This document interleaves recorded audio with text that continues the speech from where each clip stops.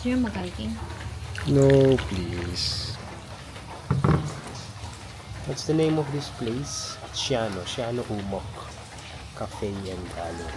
So today nandito tayo sa Shiano Umok Cafe and Gallery. It's a coffee shop and also an art gallery here in Caba, La Union. Bawang. Bawang. We're in Bawang. Bauang. Is it Bawang or Bauang? LU, La Union. So this was just 15 minutes away from where we were staying sa Caba, La Union. So it's a nice drive, kaso maulan. It's raining today. It's been raining for the past 2 days na nandito kami sa La Union. But it's okay. Ito yung famous Instagrammable coffee and ice cream nila dito sa Shiano Umok Gallery. It's iced coffee with ice cream and chocolate syrup. Sugar overload. Let's go.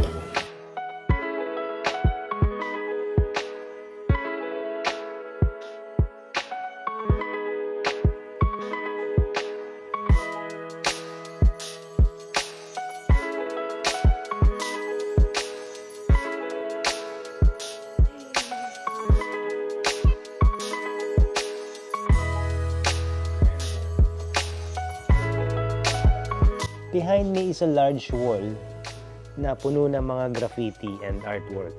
Look at that. I am now in a parang courtyard siya. Here in the dining area of Shiano Umok Cafe Gallery. So there's a large tree in the middle. Tapos surrounding the entire area is this huge wall na may mga murals. Tapos inside, sa kabilang side, meron dalawang building kung nasaan yung mga paintings. Halika, puntahan natin. This is the coffee shop. Dito umu-order ng mga kape. So yung mga coffee nila is specialty coffee. Ayan, meron silang halo-halo yung in-order namin kanina. And then there's the hot coffee called Agkapera. Agkapeka. Agkapeka pala. So it's a drip kind of coffee. Okay, and behind the coffee bar is the gallery itself. Daanan natin na mabilis yung mga paintings. Yeah. There's probably about 2 dozen paintings na makikita dito. These are done by local artists. Covering local culture. This wall is about sabong. Mga manok na panabong. This wall is about, we're seeing scenes in forests and farms. Probably here in La Union. And then, a couple of paintings here are abstract. This feels like a Jackson Pollock painting. Here's the other side. Here naman yung mga medyo general kinds or general topic paintings. You have the usual flowers. Right. Flora and fauna. There's the mga isda. Yan, yung mga Chinese painting. There's a tiger.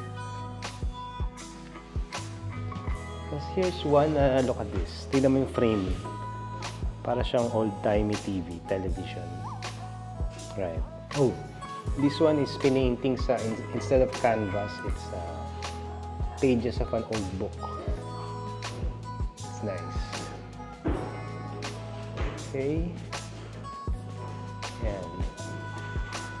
Medyo halo-halo or random yung pagkaka-curate dito sa mga paintings na to.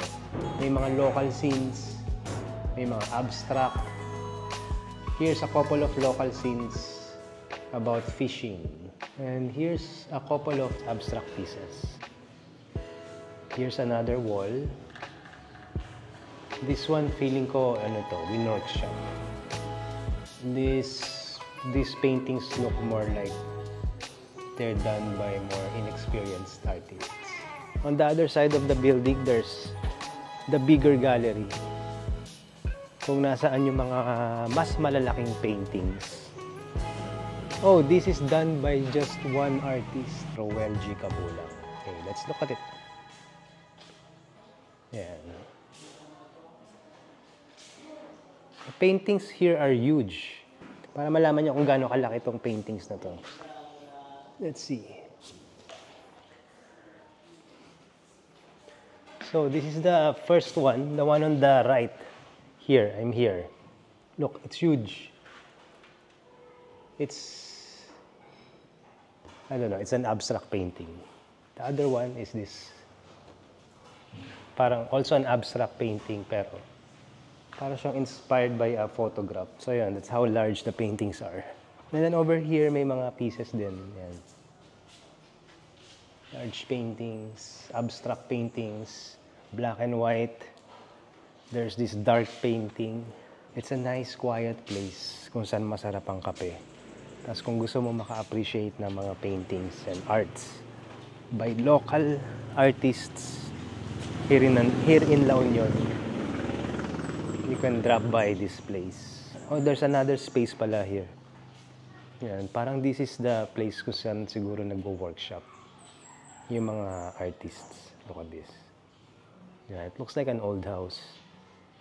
It's designed like an old house. Ayan o, may remnants pa nung old house na kinonvert lang into an art gallery and a coffee shop. I can see some of the old windows and the old accents ng mga bintana. Look at this. This is an old staircase and this Capiz window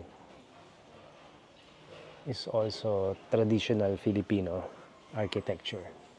Katayo. Yan yung mga old-timey Filipino traditional house accents. Yan, and the Capiz windows.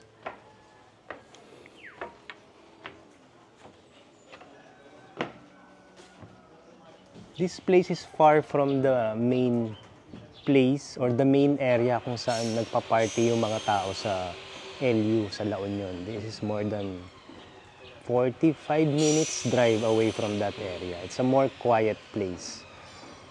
Dito sa area na to. It's called Bawang, La Union. Katabi niya yung Caba, La Union, kung saan kami nagstay. And it has a different vibe. Yung Elio kasi, yung San Juan, La Union or Bistondo, yun yung parang pinaka-party area kung ikukumpara mo yan sa Manila. The people there are parang mga nasa taga Maynila rin. That kind of vibe. Hindi siya feeling probinsya. But here in this area, dito sa Caba, saka sa Bawang, La Union, feeling probinsya talaga. And I like the vibe here. Better than San Juan. It's a quiet neighborhood. Check. Okay. Huwag ka sumayaw. Tama ko to sa edit. Ay, sorry. So above us, here, is an old house converted into parang workshop area. Tapos may nakita kong mga parang unfinished paintings inside. I guess dito sila nagbo-workshop with the artist. Let's go. It's already 3 o'clock. Baka mamiss na naman natin yung sunset. Na wala naman. Kasi may nag-order ng chicken nuggets na 30 minutes bago dumating.